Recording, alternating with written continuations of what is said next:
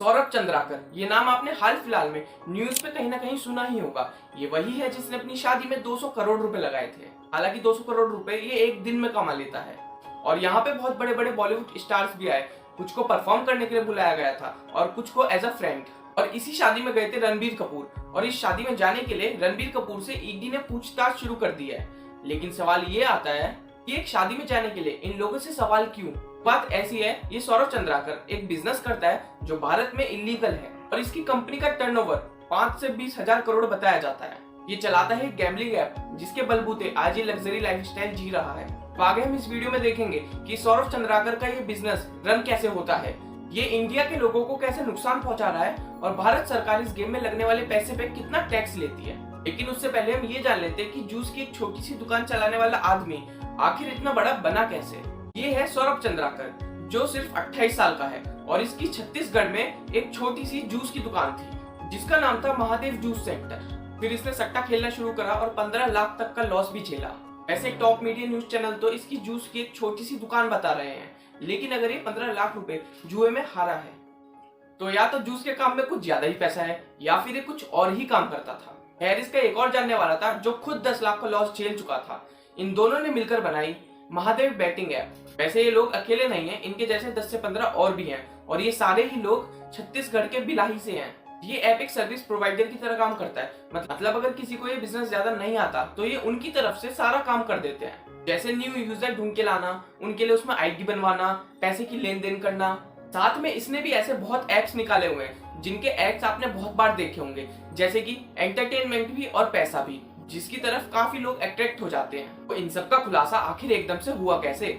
सौरभ चंद्राकर ने फरवरी में एक शादी करी जिसमें उसने 200 करोड़ रुपए लगाए और उस शादी के बाद ये पता चला कि इसने अपनी वेडिंग के लिए जो वेडिंग प्लानर हायर करा था वो मुंबई का था और उसको 112 करोड़ रुपए इन कैश दिए गए थे ताकि वो वेडिंग की पूरी प्लानिंग कर सके। असली सिस्टम तो भाई इसका था। और फिर इस वेडिंग प्लानर ने इन सब बॉलीवुड एक्टर्स को वहां परफॉर्म करने के लिए पैसे दिए। उसके बाद ईडी ने इन सब चीजों का पता लगाया और रणबीर कपूर को बुलाकर पूछताछ करी। और इस शादी में जो 15 से 20 बॉलीवुड स्टार गए थे तो शायद उनसे भी पूछताछ आगे हो सकती है। और इन सब लोगों से जो पूछताछ करने का कारण है वो ये है कि ये सारा पैसा इलीगल है और इसे हवाले के थ्रू इंडिया में लाया गया था। हवाला को आप ऐसे समझ सकते हो कि इंडिया में कोई एक एजेंट है और दुबई में एक एजेंट है। दुबई वाले को इंडिया में पैसा चाहिए ताकि वो अपना इलीगल काम करवा सके, तो इंडिया वाला उसकी तरफ से इंडिया में पेमेंट कर देगा और जब इंडिया वाले एजेंट को दुबई में पैसा देना होगा तो दुबई वाला उसकी तरफ से दे देगा।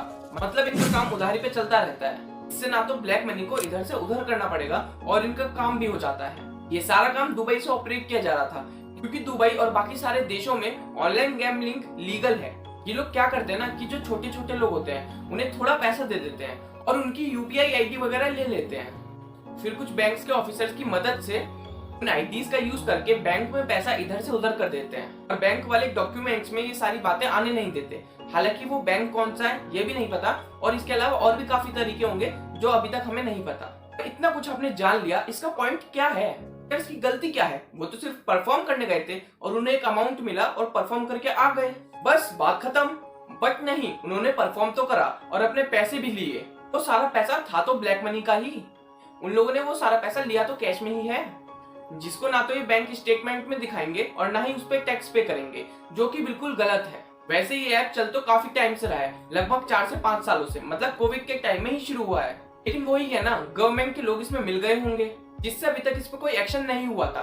वैसे ऐसे काफी आरोप भी हैं कि बड़े बड़े नेता, पुलिस ऑफिसर्स और गवर्नमेंट ऑफिसर्स इसमें मिले हुए थे जिनको काफी मोटा पैसा खिलाया गया, जिसकी वजह से ये ऐप इतना बड़ा बन गया। लेकिन अब गवर्नमेंट ने इस पर कुछ स्टेप्स लेने शुरू करे हैं, जैसे सौरभ चंद्राकर की अभी तक की 417 करोड़ की प्रॉपर्टी सीज कर ली गई है। और ऐसा नहीं है कि जस्ट अभी महादेव गैम्बलिंग ऐप के बारे में जांच होनी शुरू हुई है। पिछले 8 से 10 महीनों से इस ऐप के छोटे छोटे लोग पकड़ने शुरू कर दिए गए थे। 2-2.5 साल पहले तो शायद एक आदमी ने बिल्डिंग से छलांग भी मार ली थी क्योंकि वो इस ऐप में 17 से 18 लाख हार गया था और उसके बाद वो बच भी नहीं पाया। तब से ही इस गैम्बलिंग वेबसाइट से जुड़े हुए लोगों को पकड़ा जा रहा है। ये एक इलीगल ऐप है जिसकी वजह से गवर्नमेंट इस पे कोई टैक्स भी नहीं लेती, लेकिन हाँ, इससे इंडिया की इकोनॉमी पे काफी फर्क पड़ता है। ऐसे आपको क्या लगता है, सेलिब्रिटीज ने वहां परफॉर्म करके कुछ गलती करी या नहीं, या फिर मीडिया फालतू में ही इन सब सेलिब्रिटीज को बदनाम कर रही है और व्यूज ले रही है? कमेंट में जरूर बताना। और हाँ, अगर आप इन गैम्बलिंग एप्स में पैसे लगाते हो या फिर ऑनलाइन लीगल गेम्स भी खेलते हो जिसमें पैसे लगते हैं, तो वो खेलना छोड़ दो, क्योंकि इसमें पैसा वेस्ट ही होता है। कुछ लाखों में से कोई एक जीत जाएगा और ये एप्स उसका नाम दिखाकर आपको अट्रैक्ट करती रहेगी। ओवरऑल ये ऐप आपको नुकसान ही करवाता है, फायदा नहीं। उम्मीद है आपको वीडियो पसंद आई होगी। अगर वीडियो पसंद आई है तो वीडियो को एक लाइक कर दो और मुझे सब्सक्राइब भी कर लो। हम फिर मिलेंगे एक अगली इंटरेस्टिंग वीडियो के साथ।